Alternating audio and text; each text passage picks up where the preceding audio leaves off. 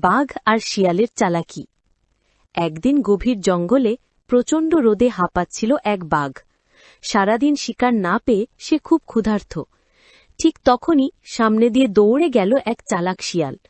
বাঘ গর্জে উঠল, এই শিয়াল, আজ তোকে খেয়ে ফেলব। শিয়াল ভয় পেলেও মাথা ঠান্ডা রাখল। সে জানত বাঘকে জোরে হারানো যাবে না, বুদ্ধি লাগবে।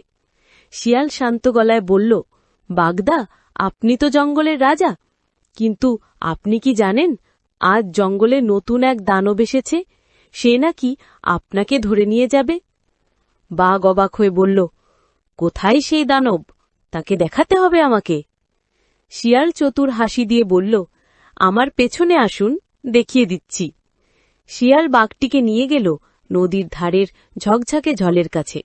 সে বলল, এই যে পানির ভেতর যে দাঁত বের করে তাকিয়ে আছে, এটাই দানব, দেখুন কত বড়। বাঘ নদীর জলে তাকিয়ে নিজের প্রতিবিম্ব দেখল। রোদে ঝলসে থাকা তার দাঁত আর চোখ দেখে সে সত্যি ভয় পেয়ে গেল। বাঘ পিছিয়ে গিয়ে বলল, ওরে বাবা, এত বড় দানব, আমি এর কাছে যাব না।